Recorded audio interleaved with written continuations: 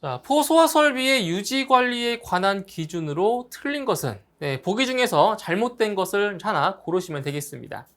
자, 1번에 수동식 기동장치의 조작부는 자, 바닥으로부터 높이 0.8m 이상 1.5m 이하의 위치에 설치한다. 자, 맞는 거죠? 수동식 기동장치의 설치 높이는 바로 0.8m 이상 1.5m 이하 맞고요. 2번 기동장치의 조작부에는 가까운 보기 쉬운 곳에 기동장치의 조작부라고 표시한 표지를 할 것. 2번도 맞는 내용이고요. 3번 항공기 경납고의 경우 수동식 기동장치는 각 방사 구역마다 1개 이상 설치할 것. 3번이 틀렸습니다. 1개 이상이 아니죠. 1개 이상이 아니고요. 2개 이상을 설치를 해야 됩니다. 자, 3번이 틀렸네요. 다음 4번 호스 접결구에는 가까운 보기 쉬운 곳에 접결구라고 표시한 표지를 할 것, 설치할 것. 4번도 맞는 내용이죠. 틀린 내용은 3번이 정답이 되겠습니다. 포소화 설비에 포헤드를 설치하고자 한다. 방호 대상 바닥 면적이 40제곱미터일 때 필요한 최소 포헤드 수는? 자, 이 문제 같은 경우에는 포헤드의 개수를 이제 구하는 겁니다. 그래서 이제 포헤드 같은 경우에는 자, 바닥 면적 9제곱미터마다 1개 이상을 설치를 하는 거죠. 이거 기억하셔야 돼요. 바닥 면적 9제곱미터마다 1개 이상을 설치합니다. 자, 그런데 여기서 바닥 면적이, 방호 대상 바닥 면적이 40제곱미터라고 했죠. 그러면 포헤드의 개수는, 자, 바닥 면적을, 자, 기준 면적인 9제곱미터로 나눠주시면 돼요. 이렇게 9로 나눠주시게 되면, 이 값은 4.44가 나오고요.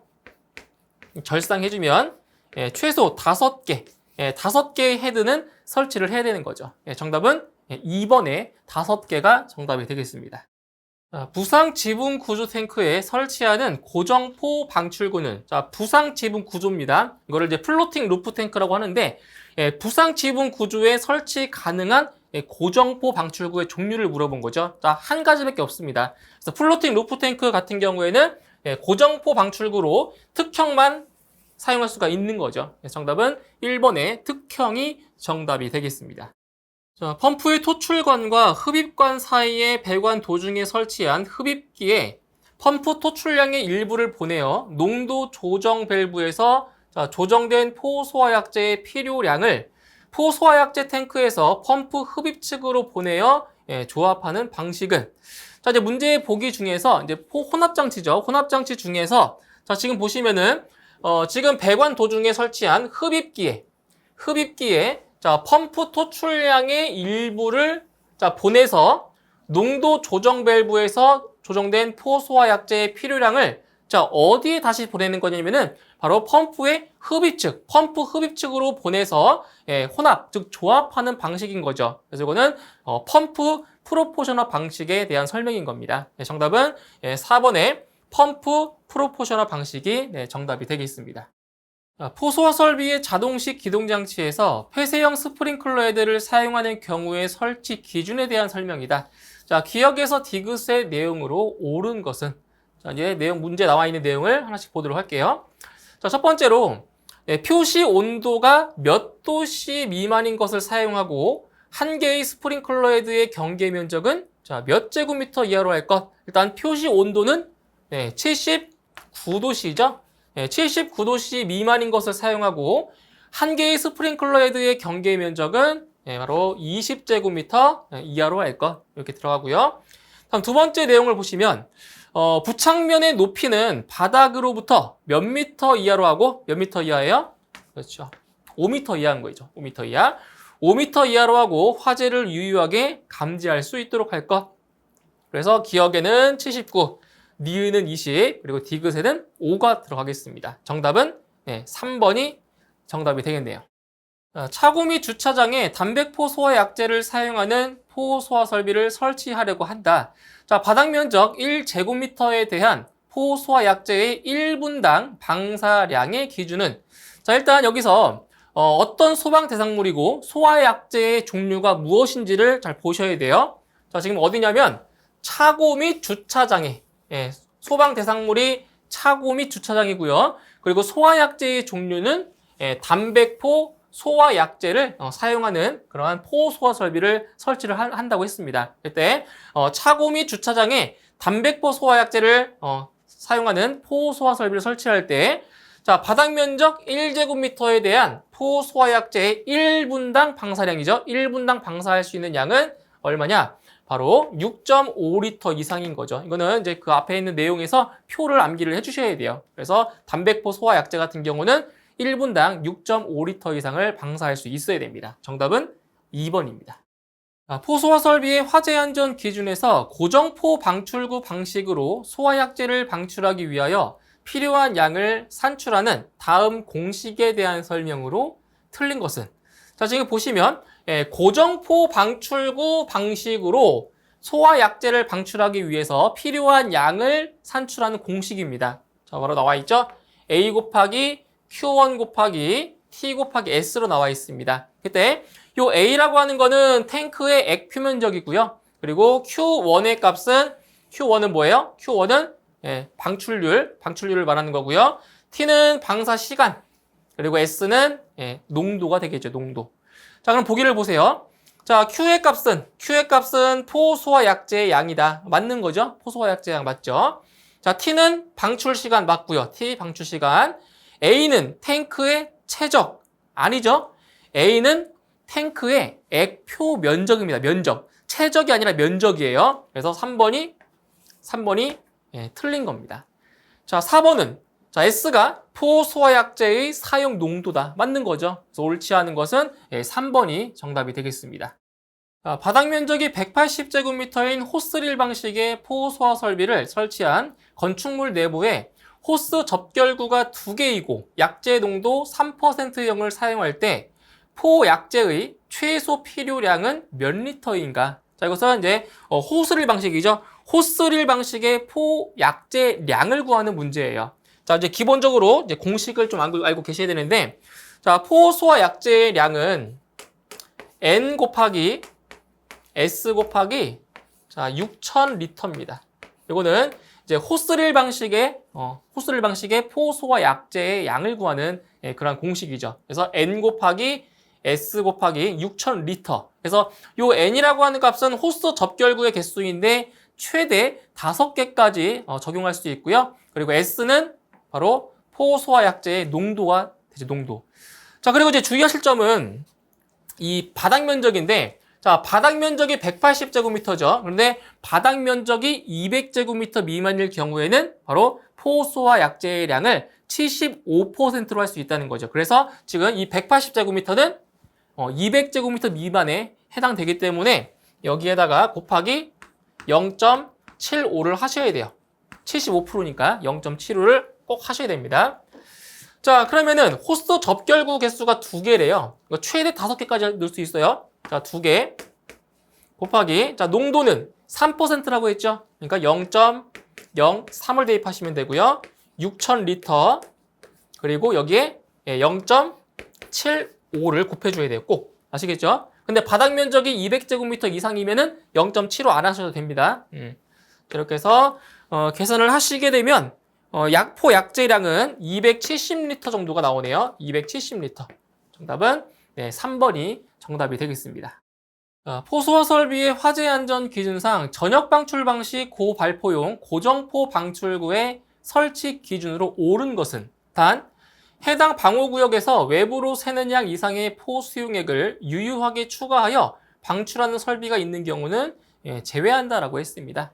보기에 있는 내용 중에서 옳은 설명을 고르시면 되겠습니다. 자, 1번에 개구부에 자동 폐쇄 장치를 설치할 것. 개구부에 자동 폐쇄 장치를 설치할 것. 1번이 맞네요. 틀린 내용 없습니다. 자, 1번이 정답이 되는 거고요. 2번에 바닥 면적 600제곱미터마다 1개 이상으로 할 것. 틀렸습니다. 바닥 면적 600제곱미터마다가 아니고요. 바로 500제곱미터죠. 500제곱미터마다 1개 이상으로 하는 거죠. 그 다음 3번. 방호 대상물의 최고 부분보다 낮은 위치에 설치한다. 아니죠. 최고 부분보다 낮은 위치가 아니고요. 높은 위치죠. 높은 위치에 설치를 해야 됩니다. 다음 4번.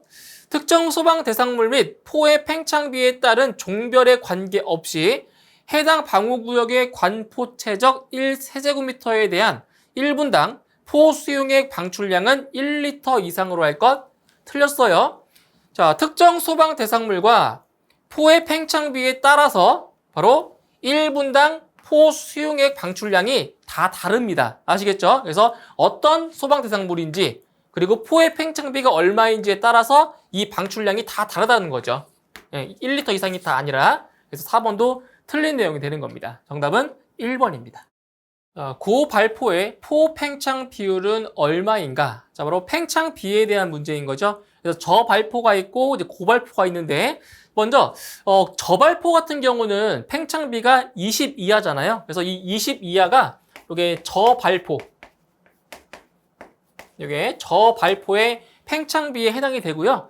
그래서 이제 고발포 팽창비 같은 경우는 바로 여기 있네요. 4번. 80 이상 1000 미만이죠. 이게 바로 고발포의 포팽창비라고 볼 수 있습니다. 정답은 4번입니다. 차고 주차장에 설치하는 포소화전 설비의 설치 기준으로 옳은 것은 보기 중에서 옳게 설명된 것을 고르시면 되겠습니다. 자, 1번에 저발포의 소화약제를 사용할 수 있는 것으로 할 것. 자, 저발포라고 했습니다. 저발포의 소화약제를 사용할 수 있는 것으로 할 것. 맞는 거죠? 고발포가 아니라 저발포 맞습니다. 정답은 1번이 정답이 되고요. 나머지 보기들도 한번 보도록 할게요. 자, 2번에 호스를 포소화전 방수구로 분리하여 비치하는 때에는 그로부터 1.5m 이내의 거리에 호스암을 설치할 것. 틀렸죠? 거리가 1.5m 이내가 아니고요. 3m 이내가 됩니다. 3m. 3m 이내가 돼야 맞는 거죠. 그 다음 3번에 자, 호스함은 바닥으로부터 높이 1m 이하의 위치에 설치하고 그 표면에는 포소화전함이라고 표시한 표지와 적색의 위치 표시 등을 설치할 것. 여기는 높이가 틀렸습니다. 1m 이하가 아니죠. 1.5m 이하가 되어야 맞습니다. 틀렸고요. 다음 4번에 방호 대상물의 각 부분으로부터 하나의 포소화전 방수구까지의 수평거리는 15m 이하가 되도록 하고 호스의 길이는 방호 대상물의 각 부분에 포가 유효하게 뿌려질 수 있도록 할 것. 틀렸습니다. 여기서 이제 포소화전 방수구까지의 수평거리는 15m 이하가 아니죠. 얼마예요? 25m 이하가 되어야 맞습니다. 자, 그리고 이제 문제에 나와 있는 15m 이하 같은 경우에는 바로 호스릴 포 방수구는 15m 이하입니다. 근데 포소화전이니까 25m 이하가 되어야 됩니다. 틀렸고요. 정답은 1번이 되겠습니다. 포소화약제의 혼합장치 중 펌프의 토출관에 압입기를 설치하여 포소화약제 압입용 펌프로 포소화약제를 압입시켜 혼합하는 방식은 자, 포소화약제의 혼합장치 중에서 바로 여기 나와 있죠. 펌프의 토출관에 압입기를 설치하여 포소화약제의 압입용 펌프로 포소화약제를 압입시켜 혼합하는 방식이다. 이렇게 압입기라는 표현이 나오면 이것은 프레저 사이드 프로포셔널 방식이라고 보시면 됩니다. 프레저 사이드 프로포셔널 방식. 정답은 2번이 바로 정답이 되겠습니다. 다음 중 포소화 설비의 배관에 대한 설명으로 틀린 것은 보기 중에서 잘못된 내용을 찾으시면 되겠습니다. 자, 1번에 송액관은 적당한 기울기를 유지하고 그 낮은 부분에 배액 밸브를 설치한다. 자, 맞는 거죠? 배액 밸브를 설치하는 것. 자, 맞고요.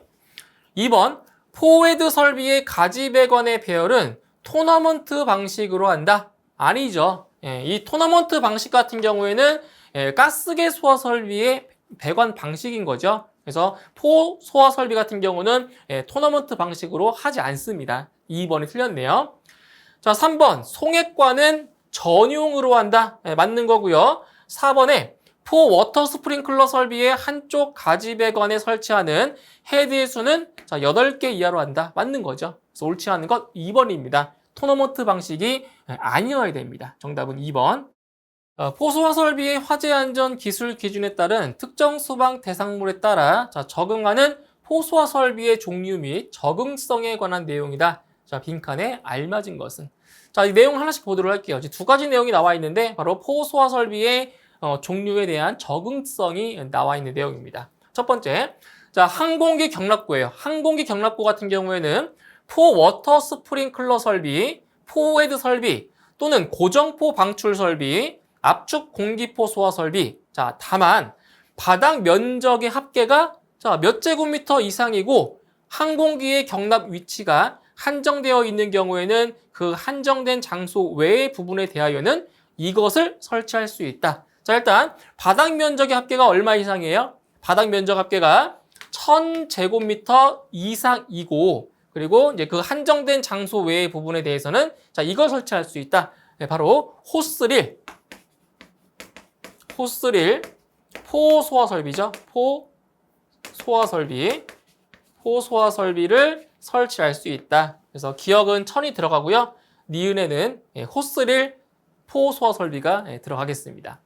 다음 두 번째로 발전기실, 엔진 펌프실, 변압기, 전기 케이블실, 유압 설비 같은 경우에는 바닥 면적의 합계가 몇 제곱미터 미만의 장소에는 고정식 압축 공기포 소화 설비를 설치할 수 있다. 바닥 면적 합계는 바로 300제곱미터 미만인 거죠. 그래서 정답은 1번이 바로 정답이 되겠습니다. 포소화 설비의 화재 안전 기술 기준에 따른 포소화 설비 배관의 설치 기준으로 옳지 않은 것은 보기 중에서 잘못된 내용을 고르시면 되겠습니다. 자, 1번부터 보실게요. 유량 측정 장치는 펌프의 전격 토출량의 150% 이상 측정할 수 있는 성능이 있어야 한다.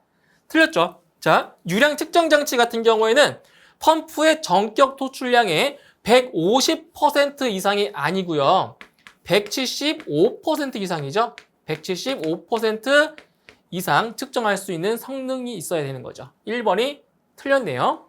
그럼 2번에 급수 배관에 설치되어 급수를 차단할 수 있는 개폐 밸브는 개폐 표시형으로 해야 한다. 맞는 거고요. 3번 가압 송수 장치의 체절 운전 시 수온의 상승을 방지하기 위하여 체크 밸브와 펌프 사이에서 분기한 구경 20mm 이상의 배관에 체절 압력 미만에서 개방되는 릴리프 밸브를 설치해야 한다. 맞는 거죠. 3번 틀리는 거 없고요. 4번 배관은 동결 방지 조치를 하거나 동결의 우려가 없는 장소에 설치해야 한다. 당연한 거죠. 그래서 옳지 않은 것은 1번이 정답이 되겠습니다. 자, 포소화 설비의 화재 안전 기준상 포소화 설비의 자동식 기동 장치에 화재 감지기를 사용하는 경우 화재 감지기 회로의 발신기 설치 기준 중 괄호 안에 알맞은 것은 단 자동화재 탐지 설비의 수신기가 설치된 장소에 상시 사람이 근무하고 있고 화재 시 즉시 해당 조작부를 작동시킬 수 있는 경우는 제외한다라고 했습니다. 바로 포소화 설비에 설치하는 발신기의 설치 기준에 대한 내용입니다. 같이 보도록 할게요. 자, 특정 소방 대상물의 층마다 설치하되 해당 특정 소방 대상물의 각 부분으로부터 자, 수평거리 몇 미터 이하죠? 바로 수평거리가 25m 이하가 되도록 할 것. 자, 다만 복도 또는 별도로 구획된 실로서 보행거리가 몇 미터? 40m 이상일 경우에는 추가로 설치해야 한다라는 거죠. 그래서 기억은 25, 니은은 40이 들어가겠네요. 정답은 2번이 정답이 되겠습니다. 포헤드의 설치 기준 중 다음 괄호 안에 알맞은 것은 이제 내용 같은 경우는 포헤드에 대한 설치 기준입니다. 그래서 빈칸 두 곳을 채워주시면 되겠습니다. 자, 내용을 보도록 할게요.